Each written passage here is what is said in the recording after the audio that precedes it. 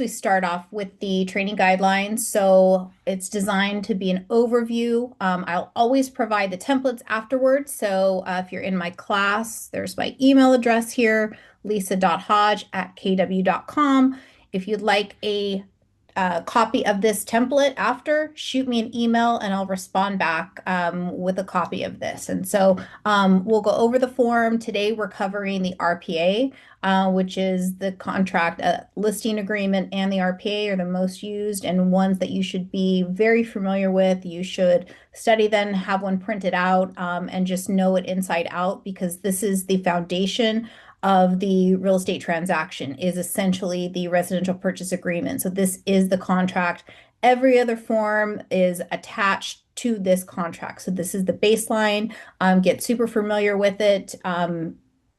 Email me for a template of this, print it out, and just try to memorize it and learn it as much as possible. All right, so agent expectations, camera on.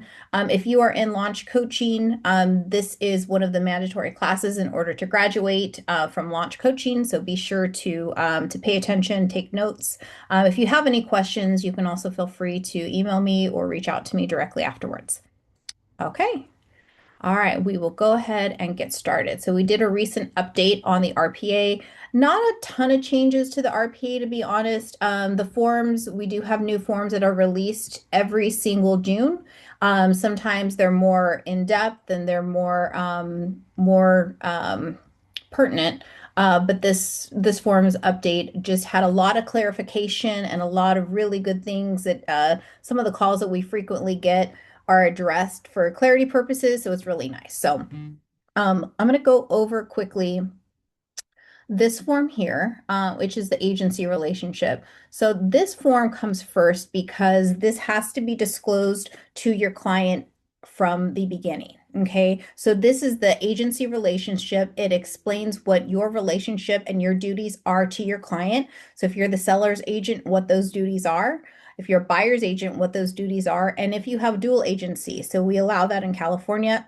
California does allow dual representation. So if you're representing both buyer and the seller, what the duties are here. And then it also goes into seller and buyer responsibilities as well. And so they have a duty as well in this agency agreement and what their duties are here. Okay.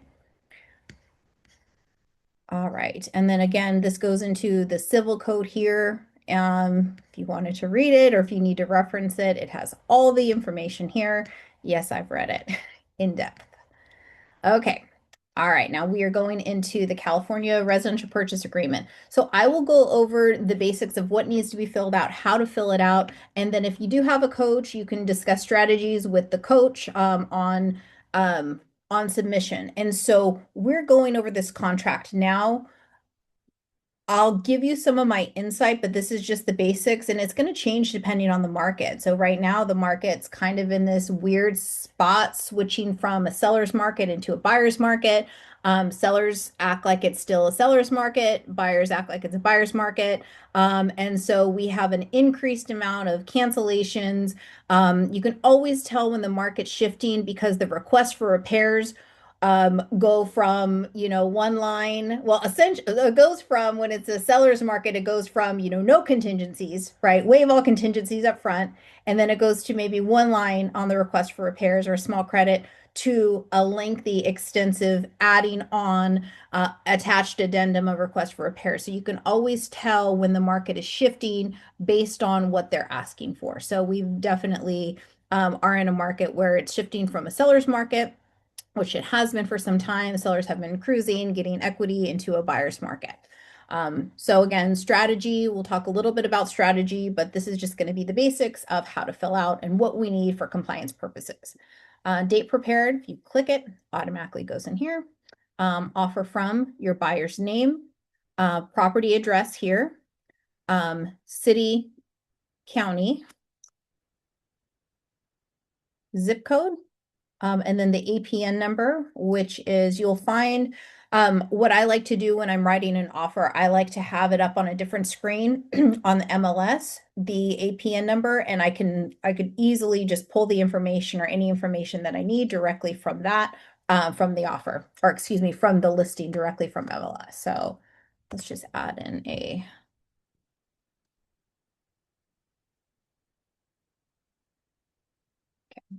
APN number, brokerage firm. So let's do, this one will be a non-dual agency. So let's just have ABC Realty here. Don't think that's a real company, but, and a license number, seller's agent. I'm just gonna put, let's see, John Smith. He'll be the listing agent today. And then license number, and then our brokerage firm. So here is where we'll put our information.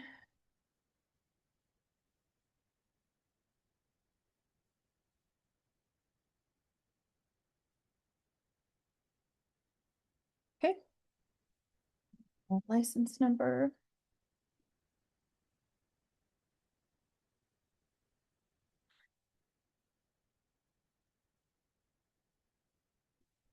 Okay. And then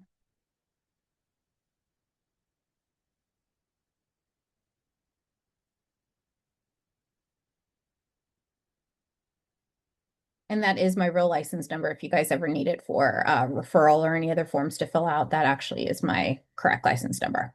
Okay. And we are representing the buyer only. So this should be marked seller representing the seller only. Buyer's brokerage firm is us representing the buyer only, our name.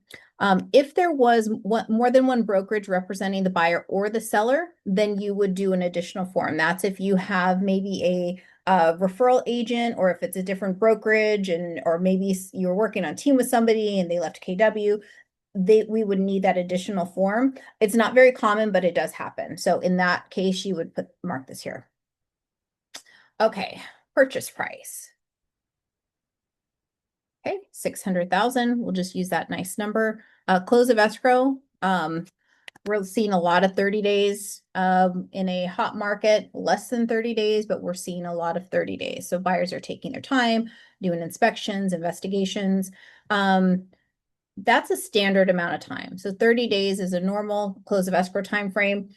Hotter market, to be more aggressive, 21 day, or depending on how quickly your buyer's lender can close escrow. If they say they've sold their replacement or their property, and they're in, living with relatives or something, and they're looking for a house and they want to close quickly, then you can shorten this to, a 21 day escrow. Or if they're cash and they can close pretty quickly and do all their investigations quickly, 15 or a 10-day escrow. But a real, just an average time frame, what it would take for everybody to complete all inspections, investigations, get appraisal done, financing in place is 30 days. Expiration of offer automatically is built in here. If you wanted to change that to make it maybe a shorter time frame, you could amend this expiration date. So it's kind of built in here, 3 calendar days, it expires. Or if you wanted to change it, so I've done this in the past in a hot market, where the first one's in the door, buyer really, really wants it. We're writing an aggressive over list price offer because they want it and we can close quickly. And I don't want them, negotiating other deals and with other people, or waiting and saying, okay, well, yeah, we'll review your offer in 3 days, seeing what else comes in. So no, our offer is going to expire by tomorrow at 5 p.m. So you have, or let's say 10 a.m. You have tomorrow till 10 a.m. to look at our offer. If not, we're moving on to the next because the buyers are ready to go and we don't want to play any games. So that's when you could use that. Other than that, 3 days. Deposit, standard deposit is typically 1% of the earnest money deposit. So that initial EMD amount, the earnest money deposit will be deposited within 3 business days into the neutral escrow account. So escrow holds that money in that account while buyer completes investigations. If everything moves forward, buyer removes contingencies. When the loan goes to fund, that amount goes towards the buyer's down payment, closing costs, etc. So the buyer puts that money in the escrow account and that goes towards the buyer's fees. So that is applied to the buyer's fees. increased deposit if there was an increased deposit. It's not very common, but we do see this. I had an agent last week actually where they were doing an increased deposit and an early release of deposit. So sometimes this can happen. It's not very common. It's in kind of unusual situations. That one was a cash one, kind of tricky deal, but it can happen. So that's when that's used. It's not used that often though, so we won't mark it. Loan amount. So let's do for the purpose of this one, we will do an FHA. Let's see. Okay. So does everybody know the amount of FHA, the minimum down payment required for FHA? 3.5%. Yep. Perfect. So 3.5% is going to be 579. All right, so that puts us at 96.5% of the purchase price because you take away that 3.5%. So that'll put us at, that's the loan amount.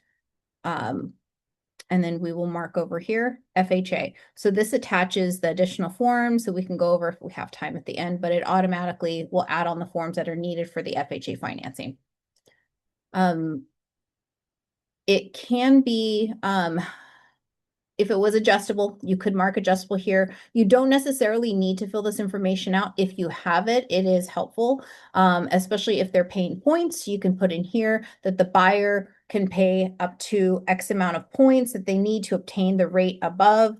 Like say the rate's 5% and they need 2 points to buy down the rate. They can't qualify otherwise. So this is good information to have in here. This could go towards the loan contingency. It's one of their contingent amounts that, hey, we can't get the rate lower than this. We're going to have to cancel based on this information that we needed to have our rate at 6% and we couldn't, we had to buy down points in order to get that rate and the rate's not there. So that could be a cancellation in the loan. You could cancel based on the loan if you don't qualify on the loan regardless. So that is one of the contingencies within the buyer's investigation period. They got pre-approved, but hey, something came up. Maybe they lost their job or something, and they just can't qualify. As long as we're in that contingency period, that 17-day contingency period, they can send the cancellation as long as it's done in good faith, and their deposit should be refundable. Okay. If it were FHA or VA, there are certain requirements for financing that the FHA and VA will require. And so we have this added in here at 17 days after acceptance to supply or to get deliver a list of those required repairs over to the seller. Okay. If there were any additional financing. So this is if there's, I've seen a lot of this lately is the CalHFA or CHDAP, the second financing. So the grant, you could add that information in here. So if it's a 3.5% grant, or no, excuse me, sorry. It's it would be, let's see.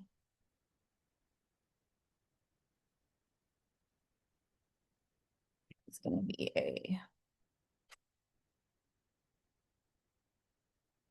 so it would look like this. So if they're getting down payment assistance, additional amount financed, if it's a second financing. So we've seen a lot of these lately, down payment assistance, like this. You could add that in. If not, leave it blank if it's just a standard FHA, 3.5% down payment. And let's see. If there were seller financing, meaning the seller's carrying the note, which again isn't very common, but I've seen it happen. If that were the case, we would mark that there. Occupancy type. If it's primary residence, you leave it unchecked. If it's a second home or an investment property, then you would mark it here. Okay.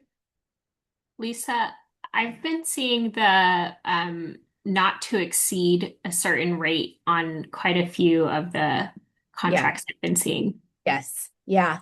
Not to exceed because we're so tight because rates are higher, prices are higher. And so that does leave a loophole or an out.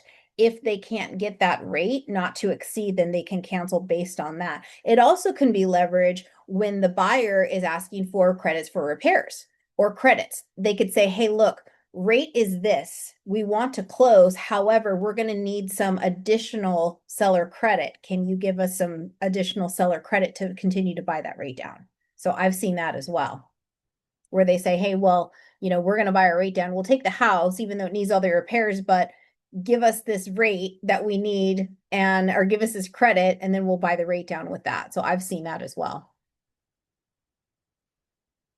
Okay, any questions on this first page yet?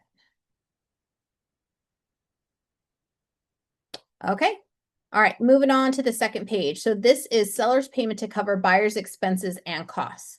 Seller credit to buyer for closing costs. We've been seeing a lot of this. A seller, not 100,000, 10,000, a credit for closing costs. So that's kind of back to the norm as well, where buyers are asking the seller for a credit for closing costs. Other seller credits or payments, if they wanted anything else additional here, you could mark it here. This is a new box. G2 is additional. You could ask for a credit for carpet, right? Or anything in addition to the seller credit, you could ask for a credit or payment. And it makes it clear it's not buyer's broker compensation. All right, then G3, seller's payment to compensate buyer's broker. Seller agrees to pay buyer's broker out of the proceeds. So you could do 2.5% or 3% of final purchase price. And if there was a dollar amount, or if checked, if it was a flat fee of, say, $10,000. So it could look anything like that. Typically what we're seeing is the percentage, but it could be a flat fee, just depending on what your BRBC says, and depending on the conversation that you had with the seller ahead of time. If the seller or the listing agent, if they said, hey, look, the seller is only the max amount that they're going to compensate is, $20,000, that's it. Okay, then you could put that in there, depending on what your BRBC says, or you could put the percentage in there. But typically, it's going to be the percentage.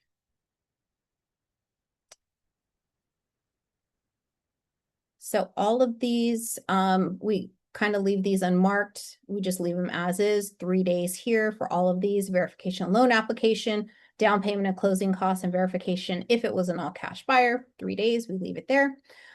This box right here, pre-qualification, pre-approval, or fully underwritten pre-approval, depending on the circumstances. So pre-qualification is the lender has taken a look at the buyer's information. So they work for the state. They've been there for 20 years. They make a salary and they have a 800 FICO. Great, you're pre-qualified based on the information that you've given. You're pre-qualified. Sounds like you could buy a $600,000 house. Fantastic. But if in doing the full pre-approval, they've noticed that, wow, this person owes child support. They have child support liens. They have extra debt. They were on disability leave for the past 2 years. They're not pre-qualified based on the information. They're not actually fully pre-approved because we don't have all that information. So that's the difference between a pre-qual and a pre-approval. Pre-approval is running credit, looking at 2 years of tax returns or W-2s, bank statements, reviewing all the information, getting employment information, and saying, yes, you are pre-approved based on this information. And then, so that's the pre-approval. Then once you have a property in contract, then it goes to the underwriter. And the underwriter takes a look at the entire package and says, great, we'll approve you based on these conditions. So they'll issue a conditional approval based on, we need an updated letter of an explanation of why there was a $5,000 transfer in your bank account. So some conditions like that need to be satisfied before they say, yes, we're going to loan you the money. So that is a fully underwritten pre-approval. If they have full underwriting, it's gone through an underwriter said, yes, as long as you satisfy these conditions prior to sending docs out, you're good to go. So that's the difference. If I have a fully underwritten pre-approval, say if I went into contract on a property with the buyer and the conditions weren't great, so we sent a cancellation, well, I can take that fully underwritten pre-approval and or fully underwritten approval and go to another property and say, hey, look, we're ready to go. All we need to do is insert property address, appraisal, and that's it. So I make sure to tell the listing agent if I do have a fully underwritten pre-approval, because it's a heck of a lot stronger than a pre-qual, which is somebody just maybe looking over, a credit pull and gathering information verbally from the buyer without actually checking. So pre-qual is having a conversation, sounds like you're pre-qualified, great. Pre-approval is actually some work, and then the fully underwritten is a full approval. So typically we see pre-approvals. Okay, any questions on that? Okay, final walkthrough, final verification of condition, 5 days prior to close of escrow, or if you need to modify that date, that would be there. And that is one of the forms that are required is a VP. You're checking to make sure that the property is in the same condition as when you wrote the offer. Big thing that we see, especially in the summer, is, the seller moved out, the pool's green now. So you go to do the final walkthrough and they haven't been taking care of the pool, or perhaps they hadn't mowed the lawn. So those are kind of the biggest things. And then we also check to make sure if there were any seller repairs that were made, that the repairs were made correctly. So it's not an opening for the buyer to go in and renegotiate and say, hey, actually, we want a little bit new carpet, or this paint here, we don't like the yellow. It's not to renegotiate, it's just to verify that it's in the same condition as it was when you wrote the offer. All right, contingencies.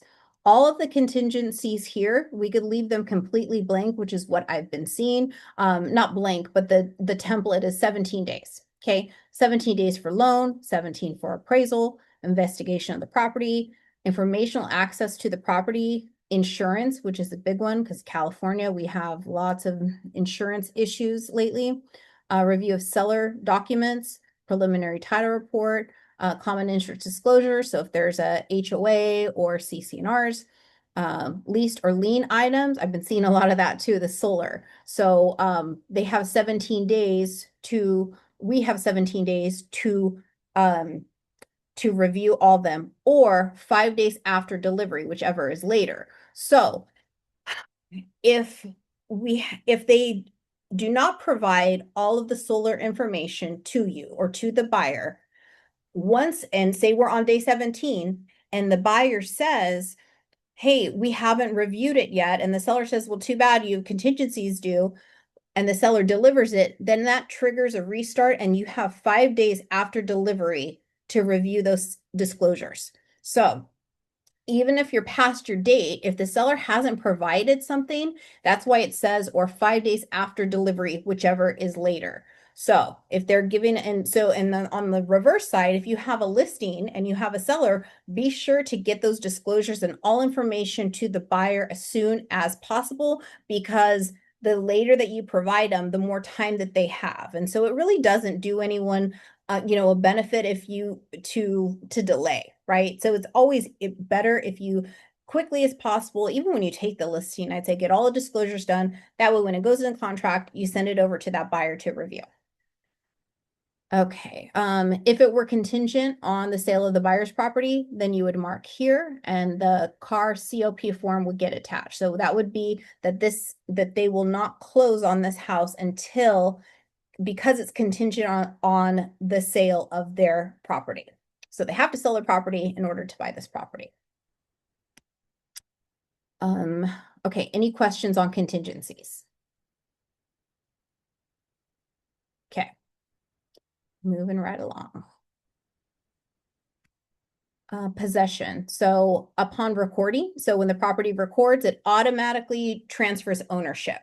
So I think there was some confusion I dealt with a little bit back. One of the agents had questions regarding when it actually is owned. Upon recording, once they stamp that so it funds, and then they take it to the county recorder's office and they stamp that. As soon as it's stamped, it's officially recorded, ownership officially and effectively is changed, and the buyer now is the owner of the property. So upon recording, or if they need some time to get out, sometimes they, want to move out the date of close of escrow. So they have until say 6 p.m. that date of recording, which usually we'll have this conversation up front, with the listing agent, like, hey, do they need time to move out? Which takes us to this here is if they need some time. So if they need time to move out, the seller has to stay in possession, perhaps maybe a week because they're waiting for, their additional or their replacement property to close escrow. Then you would put this here. So close of escrow date, or if checked below, if it's, let's say it is let's see, 4 days. Say they just need 4 days to move out. The SIP is automatically attached. So seller in possession form does not create tenancy. So this is a license. I've run into that confusion as well, where agents said, well, we're tenant rights. And I said, no, there's no tenancy created. It is a license. It's the same thing when you have Airbnb. You have a license to be there. You're not a tenant. Same thing when you rent a hall. So you're issued a license. And so what this is doing is the buyer is now effectively the owner, but they're issuing a license for the seller to be in that property for that time frame. If they have to be in longer, or if it's longer than this time frame, then they're effectively creating tenancy. So 30 days or more, they are creating a lease. So if it goes over 30 days, you be very careful, because you're now having the buyer be a landlord. Because they're going to be they're going to have to manage that property, deposits, things like that. So just be careful when we get into that situation if you have to go over 30 days. Okay. Normal, a couple days, 5 days up to 7 days is a normal, not unusual rent back period. And then, so we've seen on when they do stay in possession, sometimes it'll be really up to the buyer and kind of up to what the seller is offering, if they will offer to pay something.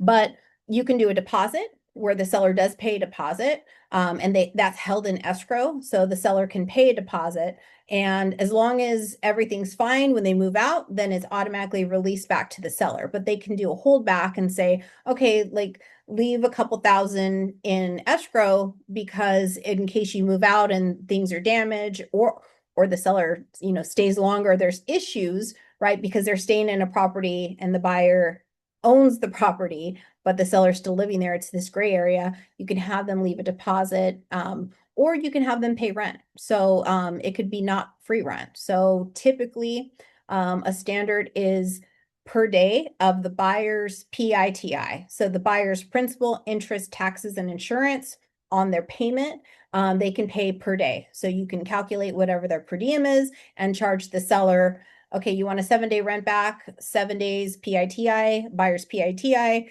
and a deposit. So again, whatever you choose to negotiate, but that could be added in here. Okay. Document fees and compliance, seller delivery of documents. Seller is supposed to provide all documents 7 days after acceptance. That's really the big thing. Make sure, if especially if you have the listing, be sure to get them very quickly over to the buyer. And then you can send, they're supposed to provide them in 7 days. That way your buyer has enough time to review them. In this 7-day period, you're getting inspections, appraisal done, so all the investigation of the property. So that's really important that you do, follow up with them, have your TC follow up to make sure that you do get those within the first week. Let's see what else. Okay, any questions? All right, moving along to items included and excluded. So this is one of the other reasons I like to make sure that I have my MLS up as well, because sometimes if you showed 5 properties, you can sometimes forget exactly what's in there. So it's always good to refresh your memory and make sure that, was there a dishwasher in there? I think that there was, and kind of go back through it. So items included or excluded. If you want the stove or oven to stay, maybe the refrigerator. If there's a wine refrigerator, washer, dryer, dishwasher, maybe it's a built-in microwave. Any other things here? The other one, like electric car charging systems, or any additional items that you want to be included. Maybe say spa. Excluded items, playset. So maybe you don't want, maybe there's a big playset in the backyard. So if you want anything excluded, those are some things there. Wall mounted brackets or video or audio equipment. If there were TV mounts, TV stands that you want to have included, mark those there. Okay, now this is the allocation of costs. Any questions on this? Items included, excluded? Okay. All right, allocation of costs. Who pays for what? NHD report, it's typical that the seller or standard that the seller pays for the NHD report because the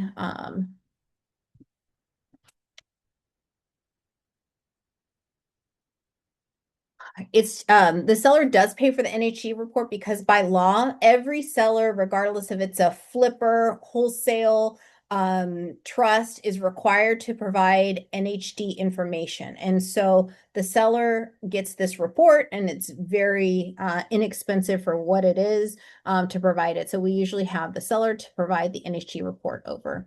Or if there was a wildfire disclosure additional, if not, we can applicable. Okay, if there are any other additional reports? If we want a termite report or a roof report, you can add that in here. Now, you do not have to add this in here.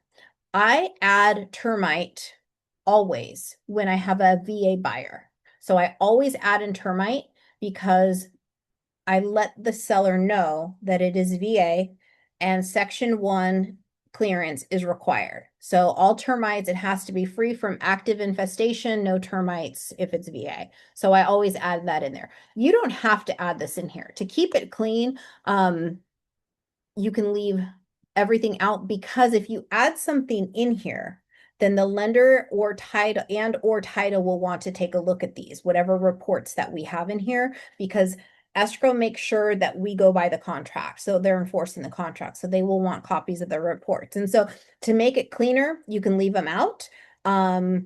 If your buyer wants them and wants them written in the contract and wants the seller to pay for them, you can add them here.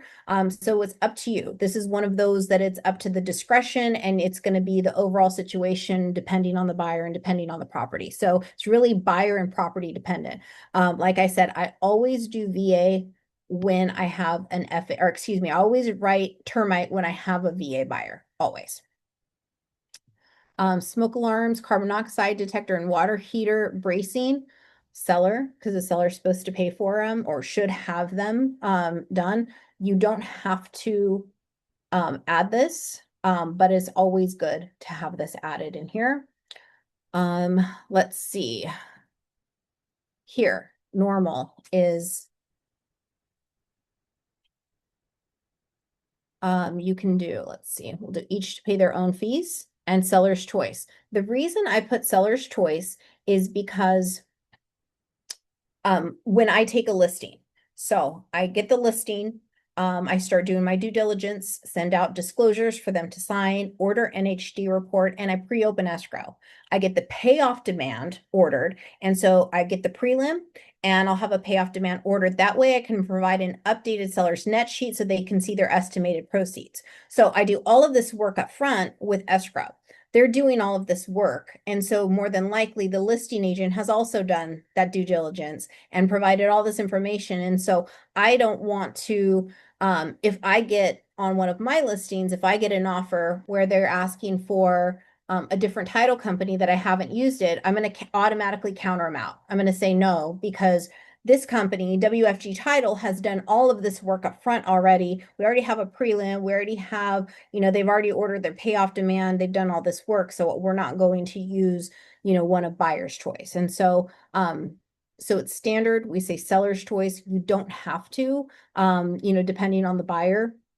Some buyers want to use a specific company. Maybe they have that title company the sale of their property. So just depending on the situation, but typically it's going to be the seller's choice of title and escrow.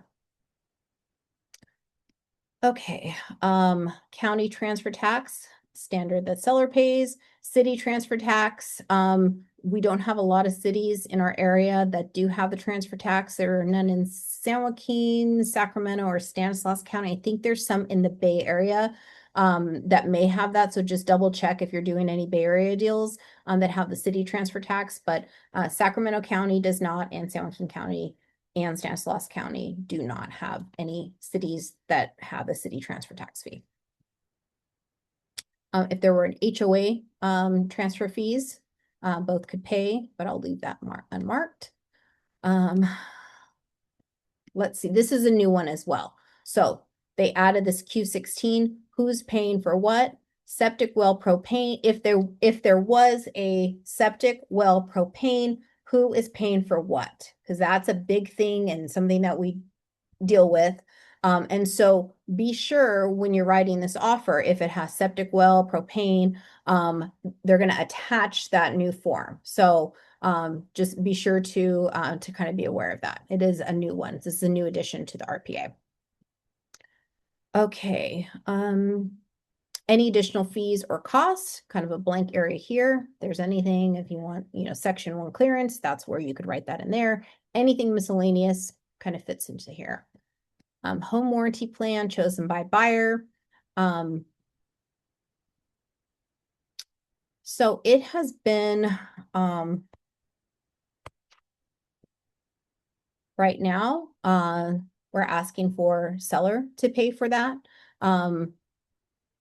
The home warranty, so seller to pay for home warranty. So it kind of goes either way. But now I've been seeing a lot of sellers are agreeing to it. Or if the buyer waives a home warranty plan, I don't recommend that, that you have your buyer waive a home warranty plan. It's for the cost and what it covers. It's just peace of mind.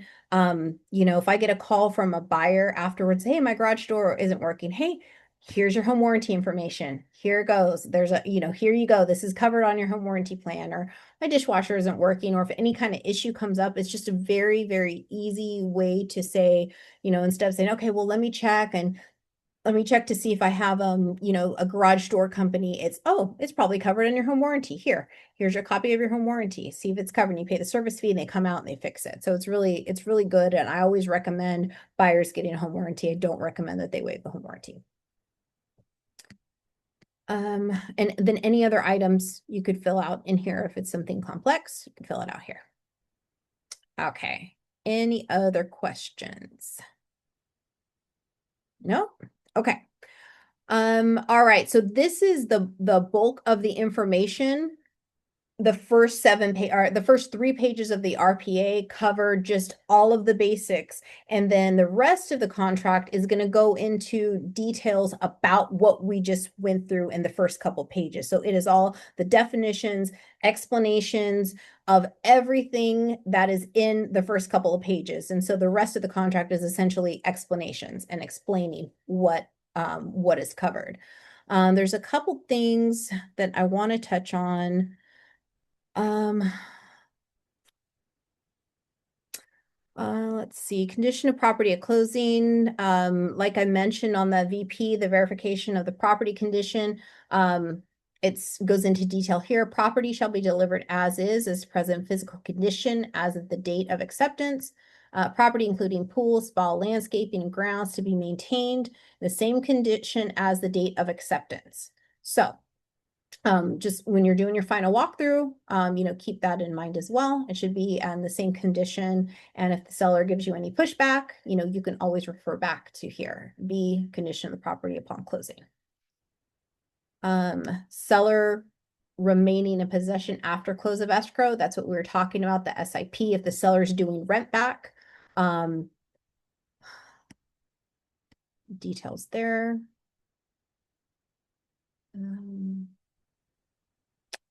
Contingencies and the removal of contingencies. And so this goes into a little bit about the cancellation rights on what the buyer has a cancellation right. So there's something also that's unspoken. So it doesn't explicitly state it in the contract.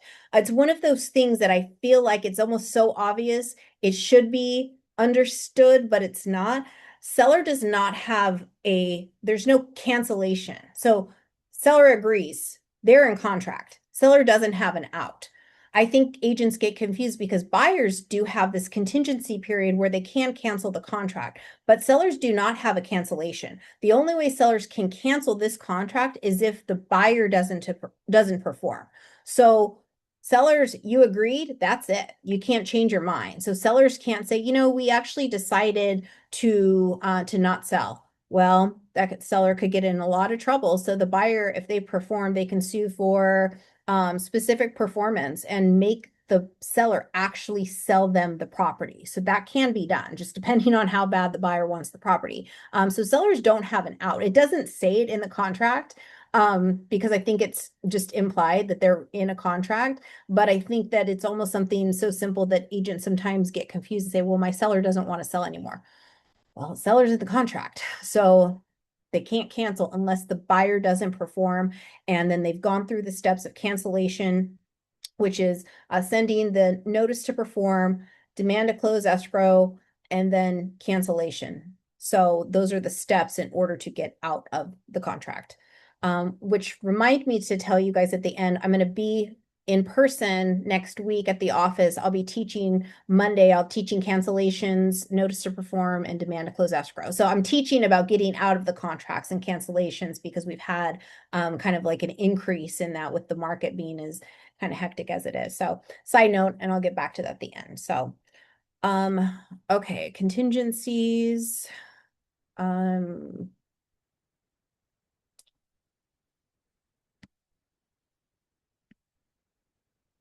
Again, removal of contingency or cancellation. And it goes into the buyer. So again, it's talking about the buyer. If the buyer does not remove a contingency with the time specified, seller, after first giving buyer notice to perform, shall have the right to cancel this agreement. So it says the seller can cancel. They have the right to cancel if the buyer doesn't perform after they've given them the notice to perform.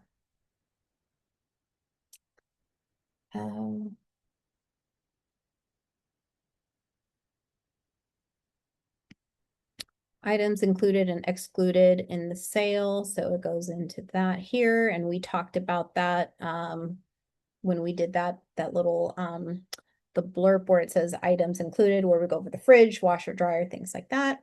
And it talks about the windows, the doors, screens, awning, shutters. So anything affixed to the property is included. So shutters or anything that is bolted down, kind of rule of thumb, if it's bolted down, it's affixed to the property, it stays with the property. And so light fixtures, fans, things like that, they stay with the property automatically. If they're movable and maybe there's something that is kind of questionable, be sure to address it. Put it in MLS, like, hey, the fountain in the courtyard does not stay because it might look like it's affixed. So be sure to look at everything and anything that stands out that could potentially be moved or not, be sure to address that because that is sometimes an issue where people think that something is affixed to the property and it's not, and they get there and it's gone. It's like, wait a minute, I thought that was bolted down. No, it just looked like it. And this is actually a fake fireplace and it's not included in the property. So,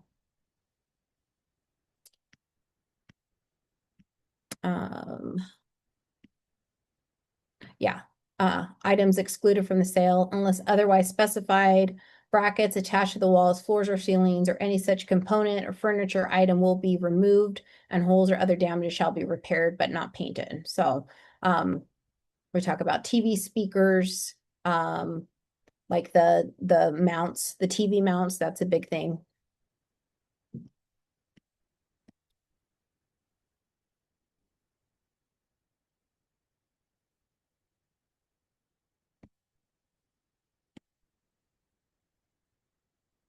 Let's see, home warranty.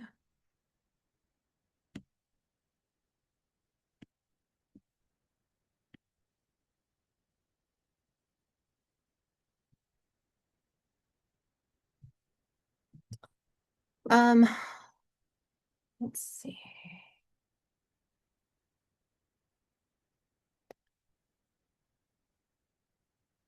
Another thing here that sometimes get confused, the sign copy. So once you do all of the inspections, your buyer, you have to provide all the investigation over to the seller. And I know that some agents don't want to do it because they're going to say, well, we just spent, thousands of dollars getting all these inspections only for your seller to be able to take those and turn around and put it back on the market. But they are required to provide all of the disclosures, or excuse me, the reports over to the seller. So it seems like it's unfair, but it is required that any investigation that's done on the property, the buyer does need to provide it to the seller.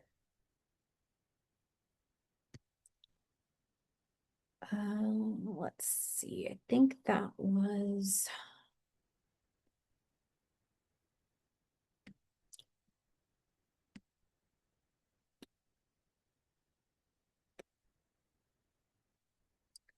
You touched on the contingency, period, cancellation rights.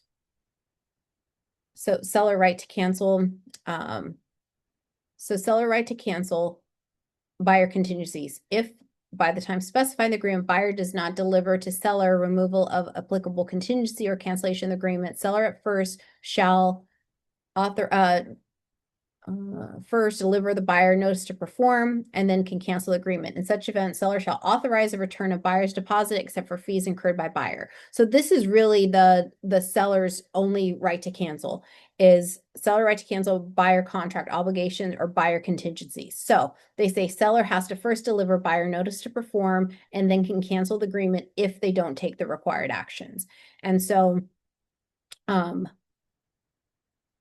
and then seller right to cancel seller contingencies. If there was a contingency up front put in place where the seller said, we can cancel this if we don't find a replacement property. So if it's set up front, if the seller says, hey, we have this contingency, it's going to be the sale of this house is going to be contingent on us finding a replacement property. So that's really the biggest contingency that we see for sellers, and really one of the only contingencies. It's actually the only one that comes to mind. There may be another one, but the only one that comes to mind is that sellers purchase of replacement property closing or finding a replacement property. Let's see. Yeah, demand to close escrow, effective cancellation deposit. So this is a real tricky situation here too, because we're not supposed to advise on how the EMD is handled. And it puts us in a weird spot because we do advise, right? But it puts us in a tricky spot because we're not supposed to advise. So when it gets down, if there is an issue where buyer and seller are canceling and they're not agreeing, and we cannot say something like, you're going to get your deposit back, don't worry about it. You can't say things like that. So it asks that we defer and refer them over to an attorney regarding that. If there is a dispute in the earnest money, we can't provide that. So we can require, or we can send to the seller if they're holding on to the deposit, which we see sometimes. So buyer doesn't want, so I'll give you a scenario. So there's a buyer, your buyer does all their investigations, and there is dry rot, there's termites, there are, there's just a ton of items that they don't want to deal with, right? So maybe $10,000 worth of termite damage and dry wood, dry rot, and they just want to cancel based on that. So within their time period, they send a cancellation and say, hey, seller, here's all the reports, inspections, here's a cancellation, buyer's okay. If seller says, actually, no, I'm going to hold your deposit and we don't want to cancel, you should buy this, which I've had sellers that for no reason say this, right? This is what I send them. So party may be subject to civil penalty up to $1,000 for refusal to sign cancellation instructions if no good faith dispute exists as to which party is entitled to the deposit. And there's a civil code that we quote. So we say, look, here's what it is. There's no reason why not. Buyer investigations within their contingency period. They don't want the property. Sign the cancellation, refund the EMD. So we can say things like that. So what I would do is that exactly that line, I have it saved everywhere. Here you go. Send back sign the cancellation, buyer acted in good faith, and let's just move on. And that usually does the trick. Let's see, compensation, talks about our compensation, what our scope of duty is. Again, that refers back to the agency.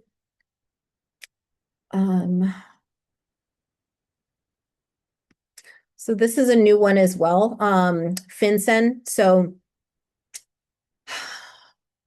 this is basically to stop money laundering. The Financial Crimes Enforcement Network enacted a law that required escrow to gather information on any cash transaction. So anyone paying cash, they had to gather certain information. Well, it's in appeal right now, so it is not in California, they're not legally required to right now. However, escrow company may still collect this information because they may say, okay, actually it is legal and now we have to get that information. So escrow is still in California, can still collect the financial information, but they're not sending it anywhere. So they modified this because it used to be FinCEN was in effect.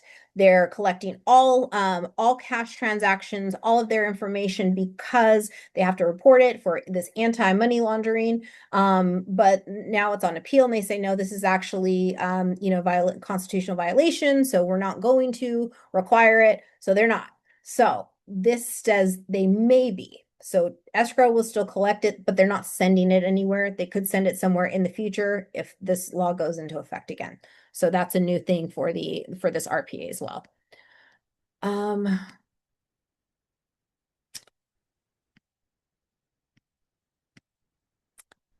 Okay, I think those are all of the big ones here.